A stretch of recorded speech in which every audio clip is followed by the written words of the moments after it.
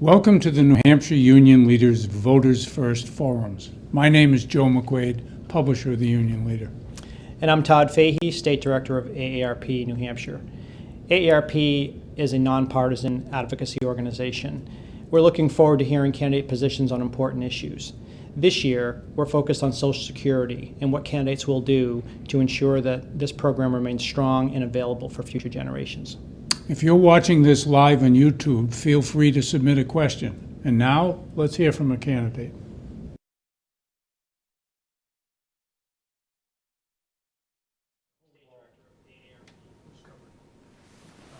Roosevelt pictures. Okay. So Frank Edelblut, thank you for coming in this morning. Happy to be here.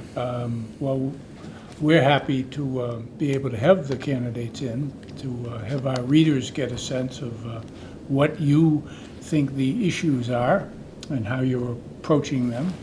And we've got Dan Toohey, who claims he's no longer working 24/7, which is a great disappointment to me, because he's a political junkie, and Grant Bossy, who does work 24/7 for us. And we're going to hit you up with a few questions in about 50 minutes' time, and try to give you a chance to explain why the hell you're running for governor. Right. So why are you running for governor? Well, I mean, I'm running for governor for a variety of reasons, but mainly for 3 of my kids, who Out of 8? out of 7. Out of 7? 7 children, yes. And so 3 of my kids have graduated from college. They would love to have jobs back in New Hampshire, good paying jobs. One took a job in Chicago, one in Northern Virginia outside of DC, which is where all of your money is being spent if you're looking for it. And one has what I refer to as the Consolation Prize of New Hampshire Economic Development, which is Boston. Kind of close, but no cigar. You're not quite here. So we are gearing up in a campaign that is designed to actually win this race. This is not kind of jousting with the windmills here. We're running a serious campaign, and I think some of the results have demonstrated that in terms of our ability to pick up endorsements. Straw polls? Straw polls. I mean, so think of some of the endorsements. So 603 Alliance endorsement.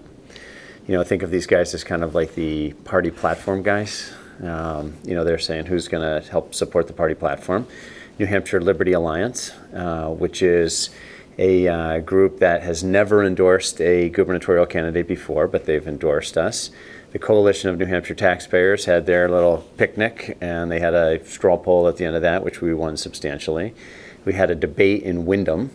At the conclusion of that debate, there was as well a straw poll, and we won 59% of the vote. In fact, actually, after the debate, they told me that 59% of the vote. I said, somebody better go recount that, because that can't possibly be the case, So we did well there. The New Hampshire Right to Life has endorsed us, as the only gubernatorial candidate that they've endorsed so far. So we are running we have a plan, and we're just executing the plan. Phase 1 of this plan was to get out to these kinds of groups and talk to them. I guess another good one, I think, is the AFP, Americans for Prosperity, so economic activity. In fact, I think they don't do endorsements, but there's legislative scorecards in case you guys haven't seen that one. But they gave me an A, 100% rating, A, compared to some of the other candidates who have not performed as well in that. So phase 1 of the campaign was really just talking to people who are politically active. That they're paying attention to the race, they're looking at what's going on, they're happy to jump in early and see who the players are and stuff like that. Phase 2, which is really where we are now, is reaching out, as we talked before we got on camera here, with to the broader electorate in terms of trying to figure out who it is that is a strong voter, somebody's going to actually engage the process, and we have high affinity for, and make sure we touch those voters so that they come out and they're going to vote for us.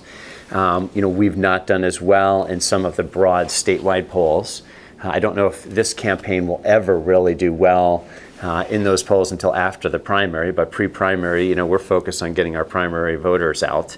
And so if you're just dialing around the state looking for Republicans, you may or may not find, high turnout, high voter, activists that are going to jump in and are going to vote. Frank, you mentioned that you're not tilting at windmills, and I think that's probably a reference to the fact that you have not run for a statewide office before and have in fact run for one term as a state legislator. Correct. So I serve right now as a legislator. I'm in my first term. I mean, but my whole background then. So I guess what I want to go on the record on is I'm running a legitimate campaign to win. You know, that's what I mean by that in terms of Trying to jousting. build up name recognition. We're not. This is not just, and it's not just like, hey, let's just go have fun. I mean, if I was going to do that, I have better things to do. Honestly, becoming governor was not on my bucket list of things to do in life, but I feel like it needs to be done. So just a little bit of my background. So I'm an accountant, PricewaterhouseCoopers, did 8 busy seasons there. So trained CPA, have audited companies all over the world, digging into their finances. I know something about finance, I know something about accounting, I know something about, monetary flows and how organizations function. Left was the chief financial officer for a small public company, Niagara Corporation. Was there for... How big a small public company? So when I joined the company, I think they were probably about like $9 million. And I think by the time, they were a fast growth company, they were up to maybe about a $50 million run rate. But there were problems in the company. How many employees did they have? It's been a while. I don't remember.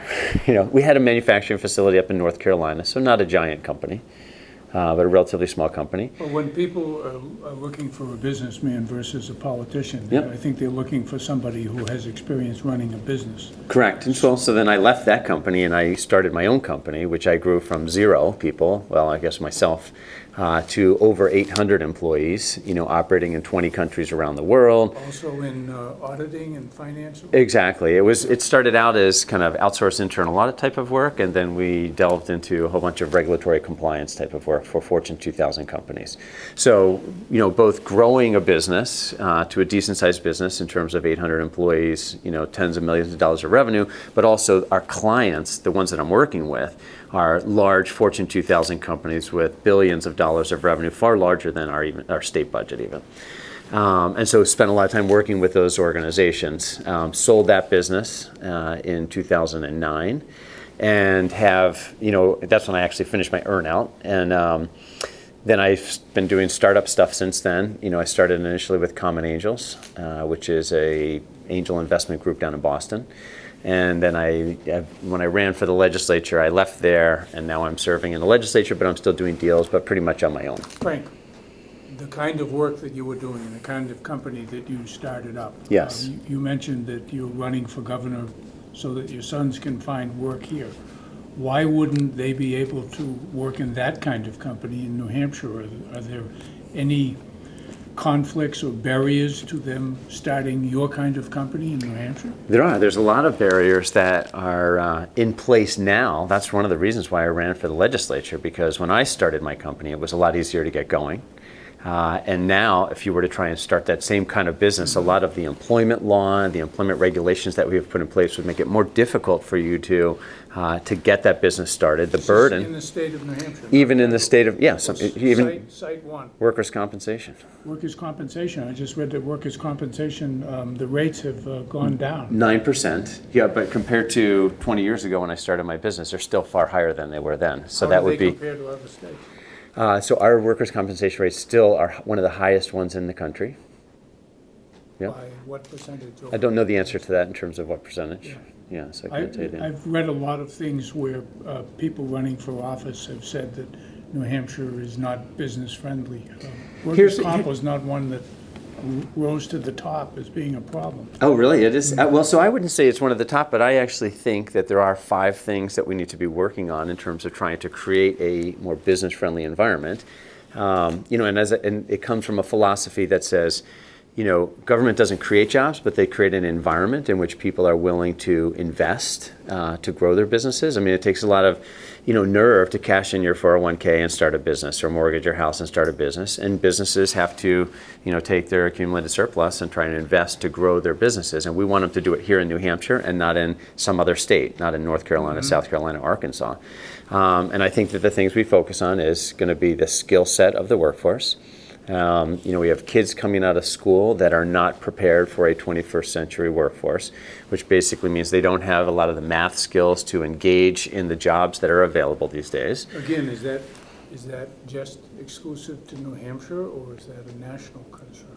Well, I think it's a national concern, but it is unique to New Hampshire in the sense that it holds back our businesses from trying to grow, and we are not performing as well as some of the other states where jobs are willing to move, or companies are willing to move their jobs to. Well, how are you going to do that, Frank? Because you can't possibly homeschool everybody in New Hampshire. Like You can't, but we actually, believe it or not, we have an opportunity to fundamentally transform education and be a real leader among all of the states, and a lot of the groundwork has already been done, before me. So I'm really the implementation guy at this point in time. We have the legal structure, we have the regulatory structure in terms of there's a rule ED 306.27. Paragraphs E and F, if anybody's taken, if you want to get that, But basically, what we have to do is we can change education from the industrial model to a more personalized education model. And today, if you take high school has a fixed component, which is you got to do 4 years, 180 days a year. It has a variable component. Did you learn anything? A, B, C, D, F. These are completely reversed. They need to switch around like this because there are students who are going to be able to finish the academic requirements for a high school education in 2 years, 3 years, 3.5 years. Some are going to take the full 4 years. Those students who are able to move through those academic achievements, more quickly than some of the other students can then begin to engage some of the programs that we have in another secret weapon that we have in the state, which is our community college system, to be able to gain some of the skills to be able to enter into some of these, in particular, I like advanced manufacturing, but there's advanced manufacturing, there's IT, so they can gain some of the skills that they can exit out of school prepared to join the workforce and get some of these really decent paying jobs that are available right now that companies want to fill, but they're not able to fill. How is this paid for, and do you have any concerns over the current way that education is funded in New Hampshire, public education? Yep, so I don't actually think that, doing this transformation actually results in a net increase in cost of public education. I think actually the public education is already too expensive. And in fact, I would tell you that the system, because everybody say, how do you transform a system? Because this system has a lot of inertia. There's going to be a lot of resistance to moving forward. But I believe that the system is on the verge of collapsing under its own weight. We've got this very big fixed cost component. And you've got a number of, there's a lot of factors, but the main one is we've got declining enrollments. And so there's pressure on the system to do something. And I did a presentation for an organization called Reaching Higher, kind of like the establishment, I call it the establishment education folks. And it was fun to lay out for them a vision for what this education system can look like. I mean, if you imagine that Common Core is trying to homogenize education so that every third grader's here, every fourth grader's here, every fifth grader's here, that isn't the future of education. I mean, we can see, innovation, individualization is, across all domains in the commerce world. And so this needs to move into education where we're driving more towards personalized education to be able to, help move the state forward. And I think, this creates more opportunity for the individuals coming through that system as well. Forgive me, but every politician that I've heard in the last 20 years in this country has come up with a new idea and a new solution for public education. And Yep. Public education continues to seem to be stuck in a morass, and the kids who are being turned out don't have the right skills. So what is Frank Edelblut, as governor of a state where the governor has the least power of any state in the union, Right. in a 2-year term, how do you get the parents, the teachers union, the school boards, et cetera, and the legislature all to come with Frank and change this? Well, so first of all, as you know, you can't snap your fingers in the New Hampshire legislature and make anything happen. You have to work with people and help move it forward. And so I think what I do is it's not necessarily unique to Frank. It's unique to the circumstances that we're under. We're kind of hitting that perfect storm point where the pressures on the system are creating the opportunity. The groundwork has already been laid in terms of guys who've worked on this in advance of me. They've got, the ED 306.27 in place already. Which is? That's basically the one that talks about the requirements for graduation from a high school, that we can switch Carnegie units of time versus mastery of material and flip these things around so that we create flexibility in that system. Is that in state law now? So it's actually in law, but it's also in regulation as well. So in other words, like the ED 306 comes out of the education law that we have, but we've actually got it already in the regulatory system. So again, my job, and I think what really plays to the strength that I have is, like, I'm the implementation guy. Like, I'm the guy who gets to help facilitate through that process and bring the constituents along, bring the teachers union along, bring the parents along, bring, the legislature along. And I think, again, my premise is that because of the timing of when this can happen, this may be the opportunity when we can actually get that change done, as opposed to the last 20 years when you've heard a lot of platitudes about how much they're going to fundamentally change education. This may be the opportunity for us to do it, because up until this point in time, the system is obviously very resistant to that. Inertia is a difficult thing to overcome. So I'm hoping that the perfect storm hits and we're able to move this thing forward now. And then you asked another question too about education funding. Mm-hmm. I will tell you that I think this may be one of the most important issues that I have to deal with as the governor next time is, education funding in the state, and really bringing the education funding model back into the legislature to be able to make that determination, rather than it being a court-driven thing, because we've got municipalities on both sides of this equation. Whether it's Dover, Bedford, and I don't know if Wyndham's going to join the lawsuit, so they're all suing because they got capped out, although these are our more wealthy communities. We've got communities like Franklin who are watching the amortization of the stabilization grant come down, and they're thinking, how am I going to pay for this? So, I honestly think this is probably one of the biggest issues we're going to have to face in the next term, and it may not hit in the next 2 years, but it's going to affect us in the next 4 years or 6 years or something like that. Yeah, you're the first one to address that grant. Do we have questions from the YouTube audience? Not yet, but you can submit them. Actually, let me look those up. Check it out. Yep. In the meantime, what if a local school board disagrees with you? Say they want to enter a tuition agreement with a local Montessori school, or they decide Common Core is a great idea and they want to implement that in their school district. Yeah, so isn't it a tragedy that the Croydon situation is what you're referring to? And I actually worked on and crafted a good bit of the language associated with that bill, HB 1637, dealing with Croydon. That you have a school board who is paying attention, right? We're watching what's going on. You have engaged parents, and you have a kid who's thriving. A perfect storm for the state to come in and sue the town of Croydon. Like, who came up with this idea? Like, what could possibly be here? I think what we've done is we've lost sight of what the role of the State Board of Education is. In other words, like, the State Board of Education has essentially become a pass-through vehicle from the federal government down to the local school boards. And what I mean by that is we've got these mandates that come from the federal government. They come through the State Board of Education that lops on a few of their own things and then passes it on to the local school boards. So you talk to many guys who sit on school boards these days, and upwards of 75% of their time is spent not on how to educate the kids better, but how to comply with all of the rules and regulations that are being passed down. And I think the State Board of Education really needs to play a different role. I think they have two things that they can focus on. One is they need to be a bit of a firewall. In other words, like, their goal is to protect the local school boards so that the local school boards can do the job, and hold them, to the standard that the people who voted for them, put them in place to do. So that is a role for the State Board of Education. The other is there are going to be, some school boards that don't that don't meet the muster. They're not doing a good job necessarily. But what we have to avoid is, and I take the lesson from one of my kids, 17-year-old son. You know how, like, when you assign your kids a task to do, and it's a struggle for them.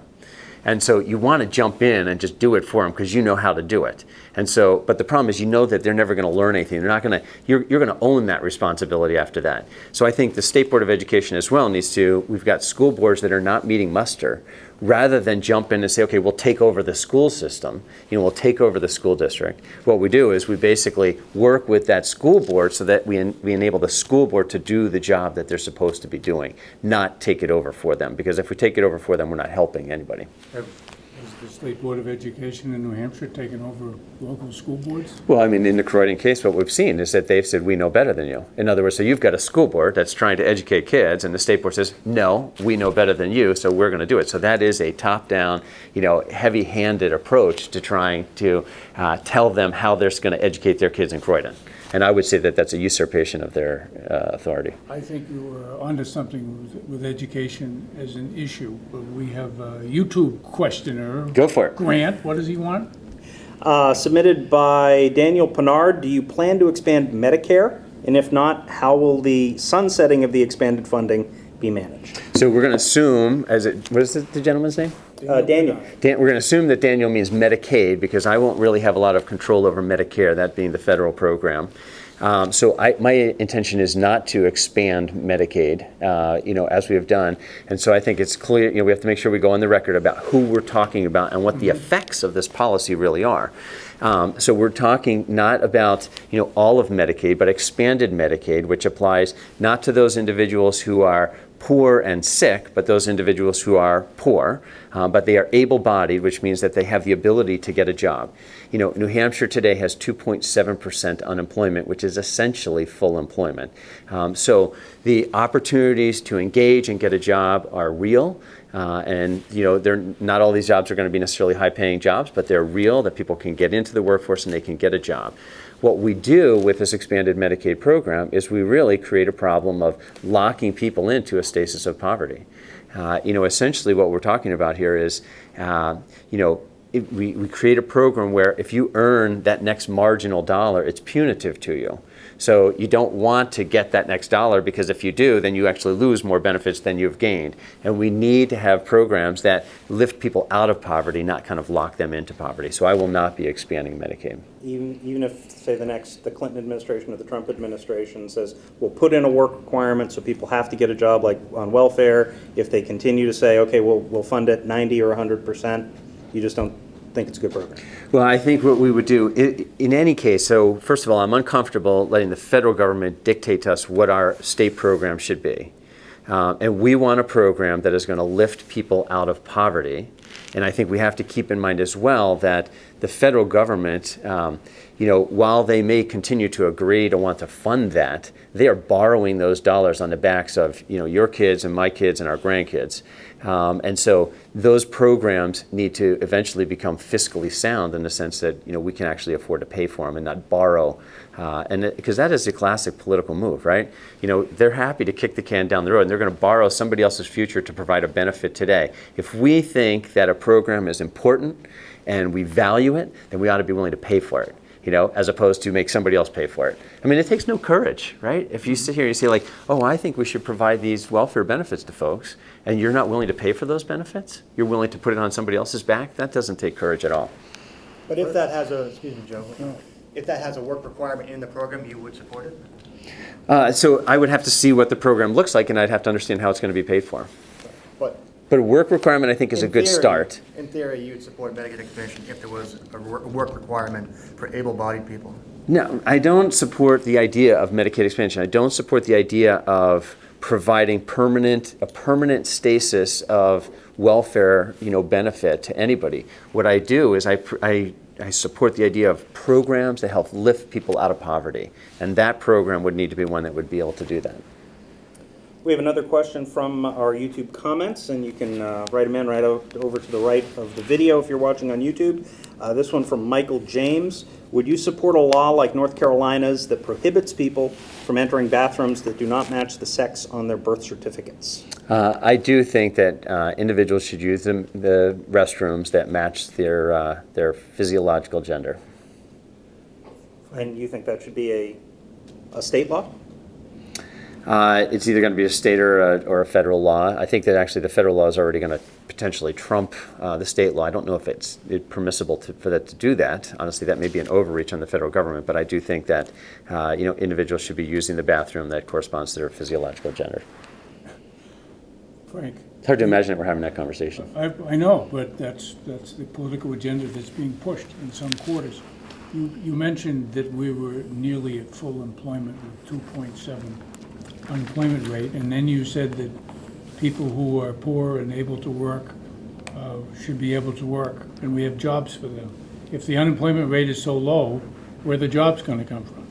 Well, so the unemployment rate is low, meaning that there's jobs that are available, and they're not taking them, and probably the reason why they're not taking them is because to take them, they now have to go to work to earn their benefit as opposed to just getting the benefit for free. So I think it's just a good moral policy to encourage people to work. Okay, so you think the 2.7 unemployment rate, that's not all the people who are able to work, right? In other words, it's a false bottom if it's only 2.7 Correct. Unemployment rate.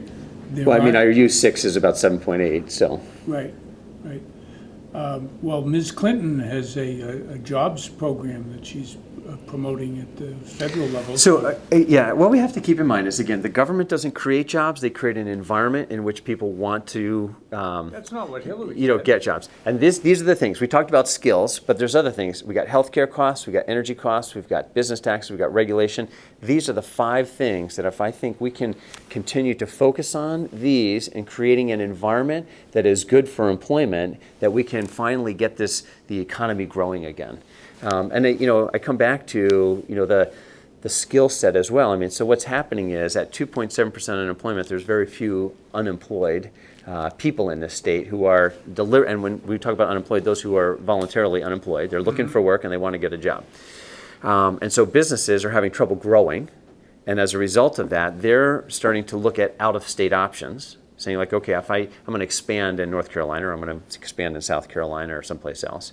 And once they do that, it's going to be very hard. There's not like an inflection point that we can create that turns them, that they say, oh, now I want to come back into the state. So I think the first step that we need to do to secure our, fix some of the structural problems that we have in our state is we've got to accelerate some of these young folks into the workforce. Through some of the programs we talked about in education.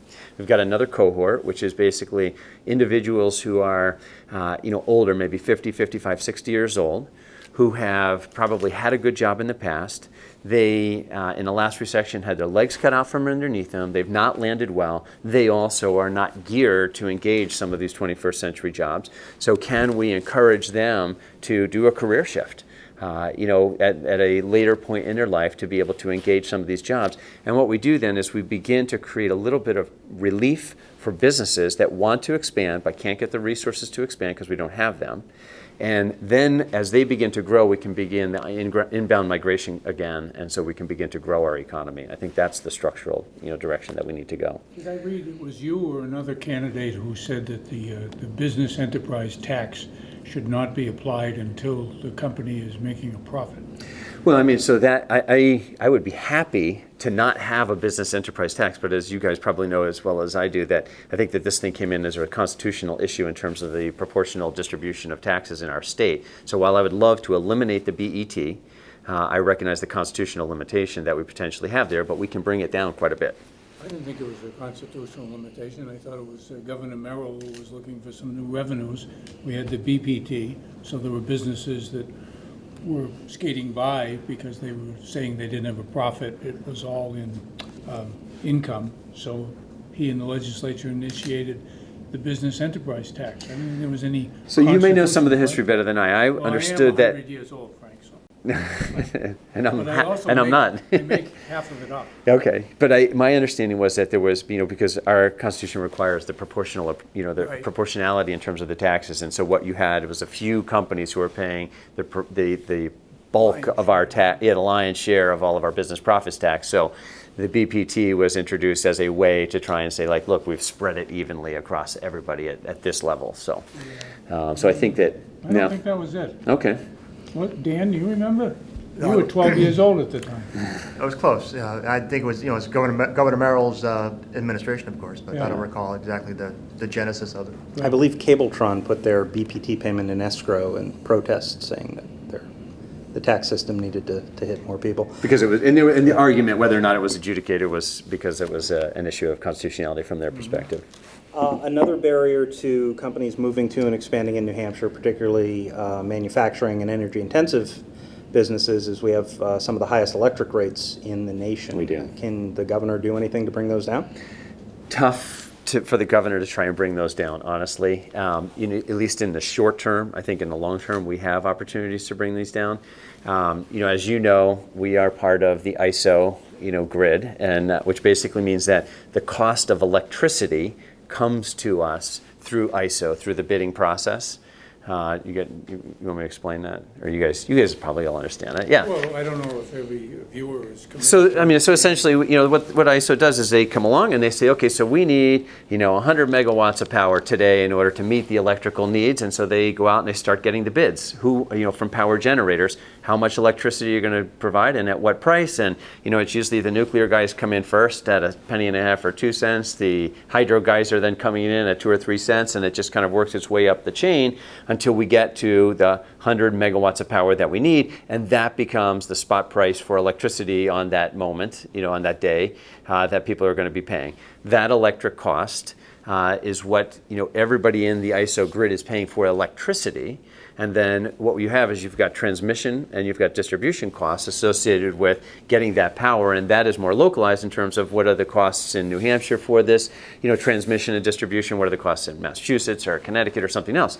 And so, part of the problem that I see is that we have made some relatively, bad strategic moves that have burdened, New Hampshire ratepayers, disproportionately. And one of the ones I like to point to is the Bow scrubber. Yeah, exactly. So we took a $250 million firm fixed price that we're going to be paying $457 million for. And the cost, that stranded cost, once we go through the divestiture process, is going to be one that is allocated among the New Hampshire ratepayers, not the ISO grid ratepayers. And so they will be paying this kind of surcharge on that as we go along. We have, there's another project, Northern Pass, is coming through. It's a $1.6 billion implementation cost. I mean, that's the cost of putting in the cable, going from Canada down. I sat down, I had a 2-hour meeting with the Eversource guys once the PPA came out. I did not see the non-redacted one. I do think it's important that, potentially I file or somebody's filing as an intervener so they can see the real contract. But at the end of the contract, at the end of the conversation, the assertion is, well, New Hampshire ratepayers will not be paying the $1.6 billion to implement this. And you're like, well, who's paying for it? Well, Hydro-Quebec is paying for it. Is that right? So, the next question you ask is, I know that Hydro-Quebec has shareholders and they're trying to make some money as well. Do we know what the cost of electricity is that Hydro-Quebec is going to sell to us? And are they going to be amortizing this $1.6 billion cost of this, cable, to New Hampshire ratepayers? Because we don't, I think New Hampshire ratepayers don't mind paying for infrastructure associated with the electricity that we're using and we're consuming. But what we don't want to do is we don't want to pay for infrastructure for electricity that gets sold into a grid and gets distributed throughout New England. New Hampshire ratepayers shouldn't be burdened that way. The whole cost is 1.6 billion. That's the current estimate. Right.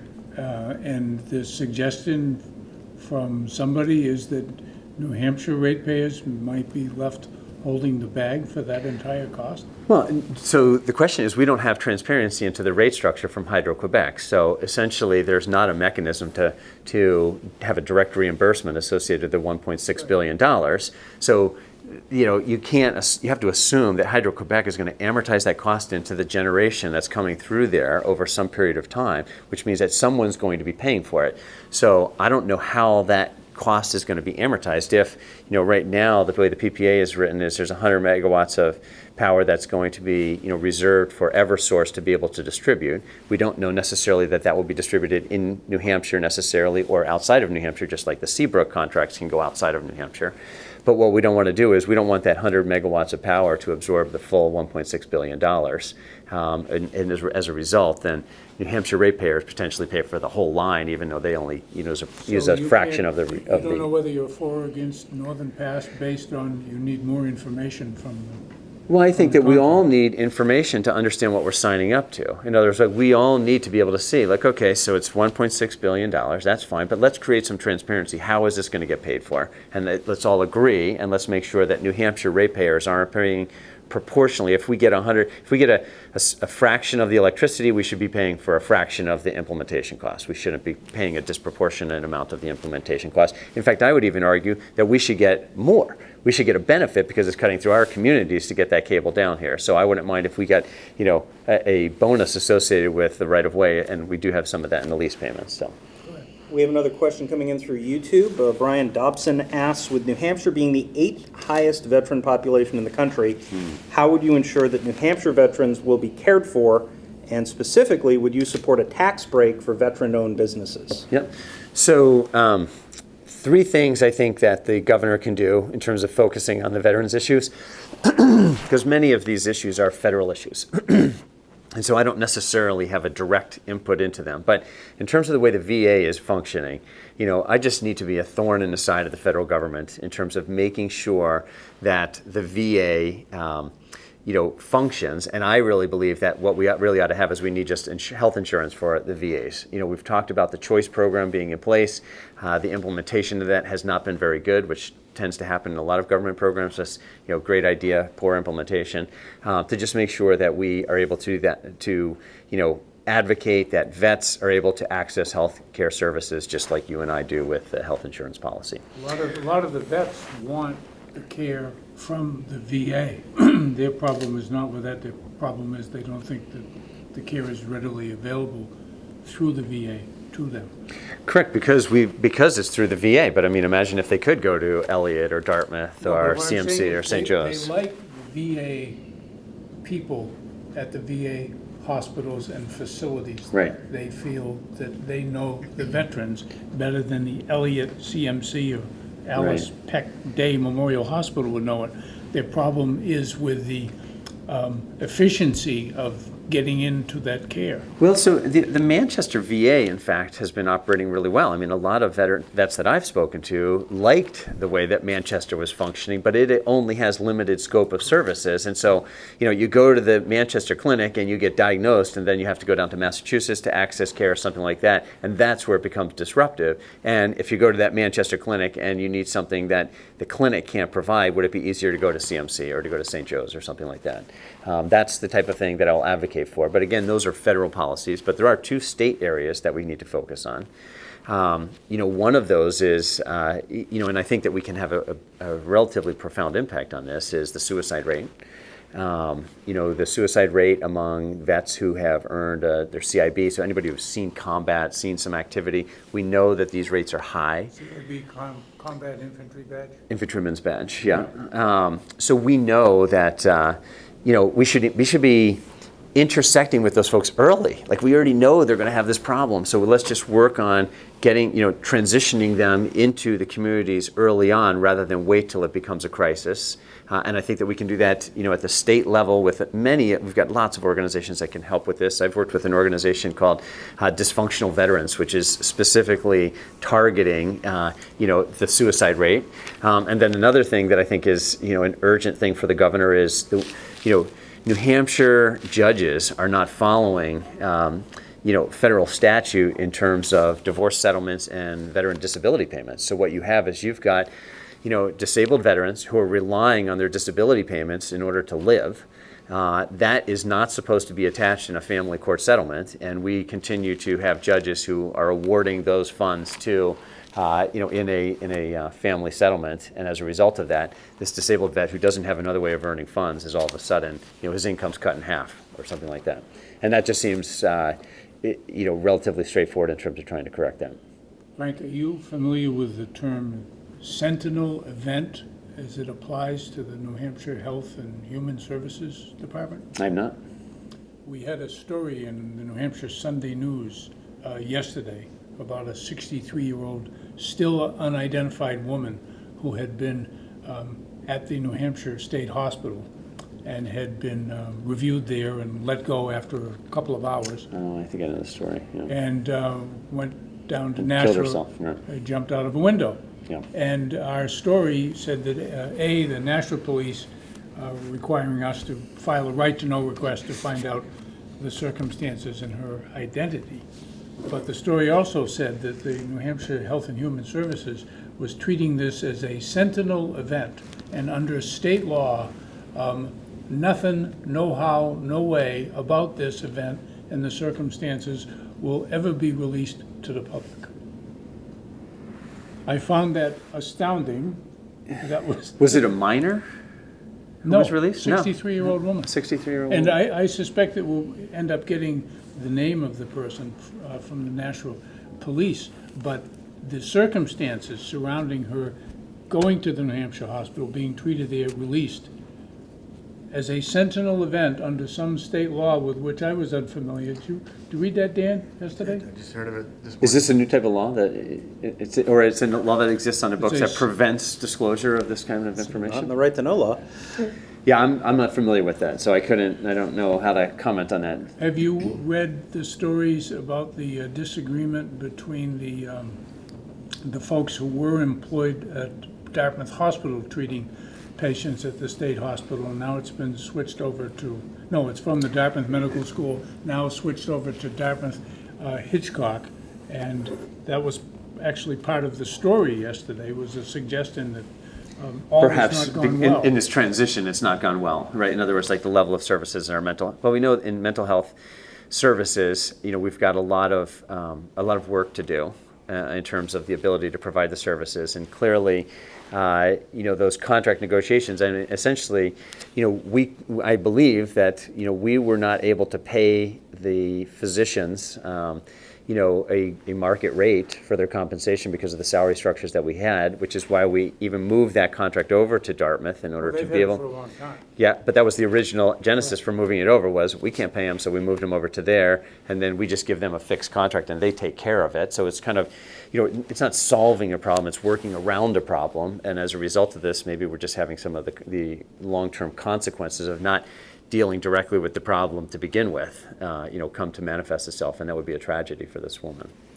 We're conducting these candidate interviews in conjunction with AARP of New Hampshire, so we're Okay. asking all the federal candidates what they do to save Social Security. As governor, you'd have a relatively small problem in comparison, only a $4.5 billion unfunded liability in the New Hampshire retirement system. Yes. So how would you take care of that? Well, so first of all, I would tell you that I think that the unfunded retirement obligation is bigger than that.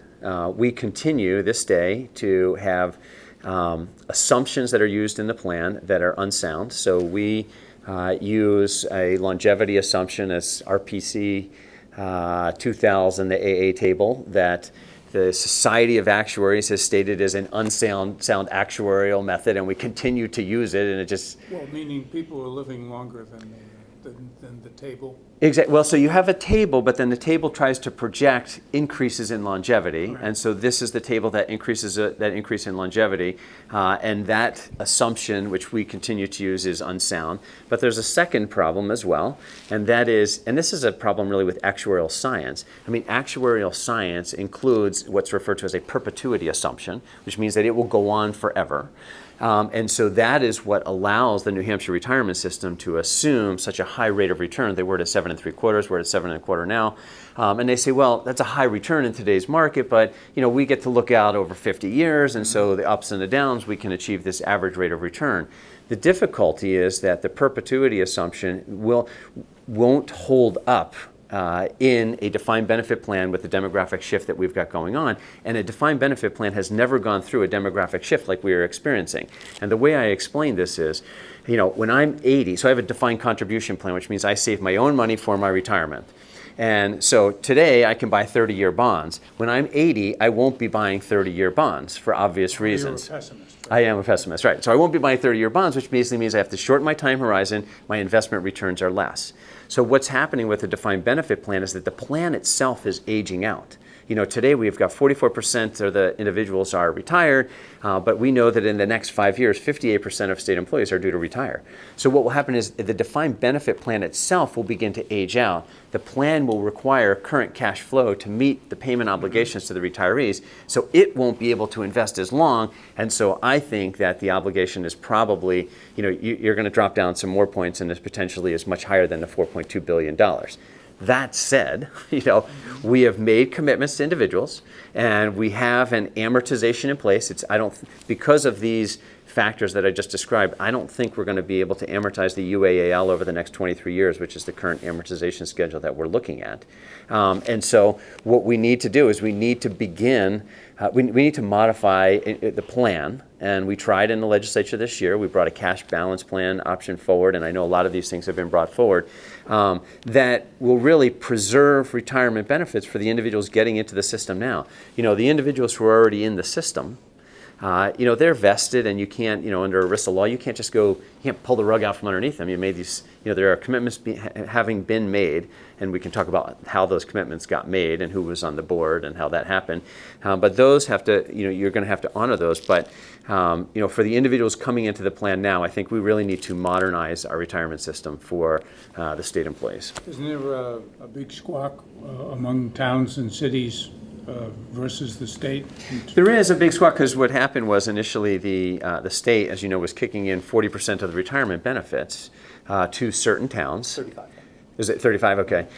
So they were kicking in some of this amount, and then they stopped doing that. And so the towns are saying, wait a minute, that's a downshifting. But really, the contribution by the state was a contribution that was toward the obligation of the municipality. It wasn't a state obligation. So, for example, I live in the town of Wilton.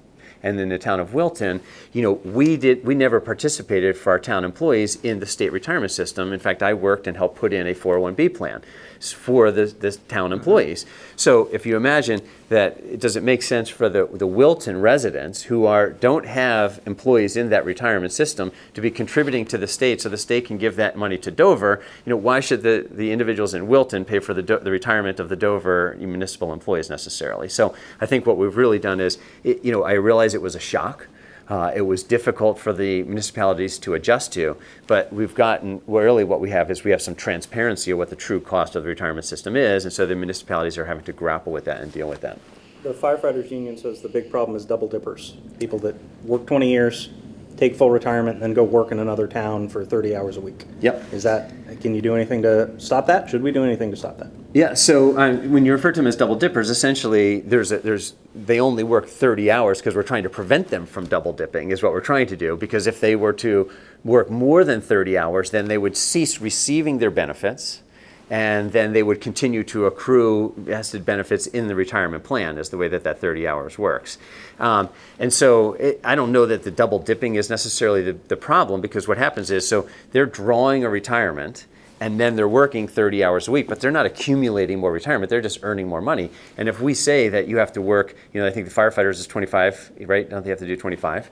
And so they're doing 25 years, but you start at 20 years old, and so they're relatively young at 45. Of course, they're going to go and take another job.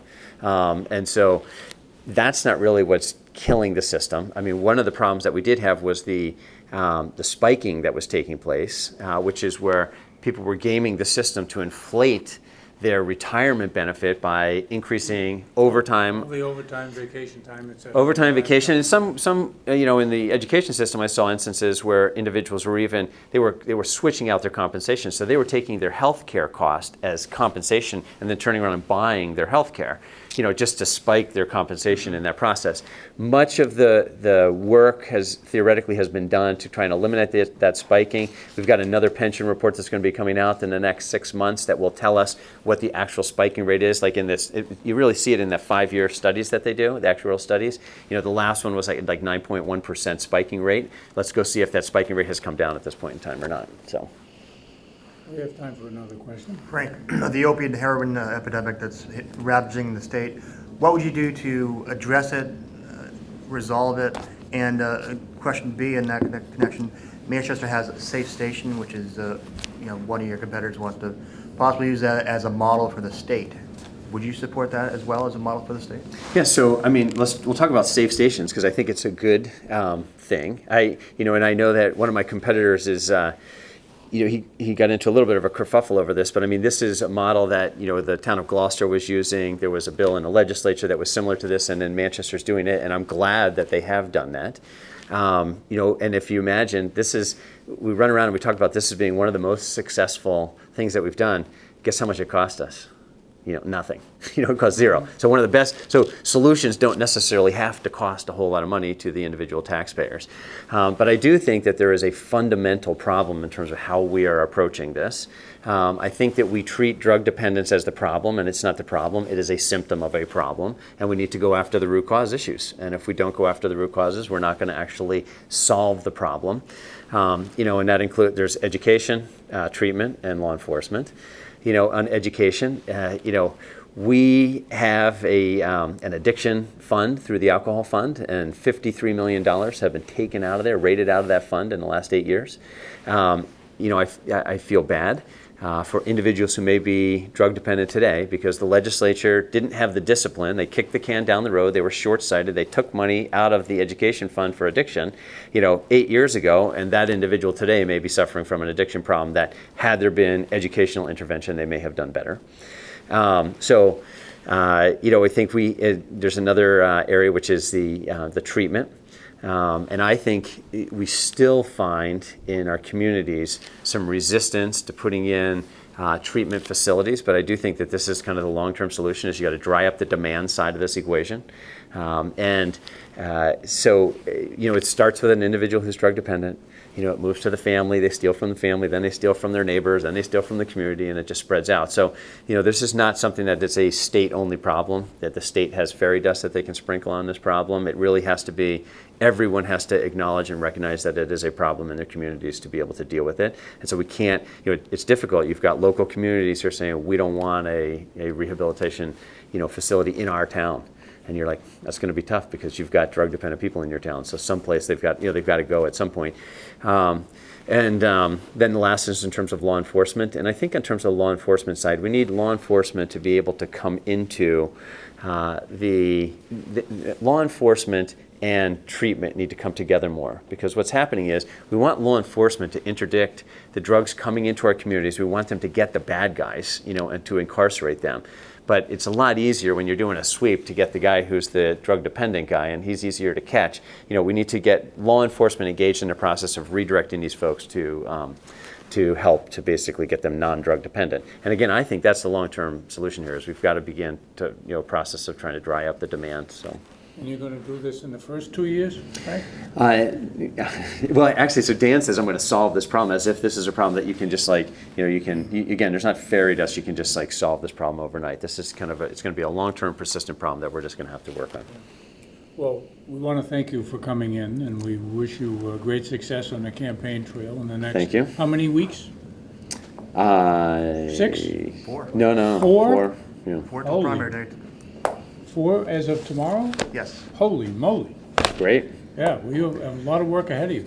I'm enjoying it. It's actually fun, and we're just trying to differentiate ourselves from the other candidates. And It's a good way to know the state of New Hampshire. It is a good way to know the state of New Hampshire. thanks for Thanks so coming in. much. Appreciate that. Yep. Thank you, guys. Thanks, boss.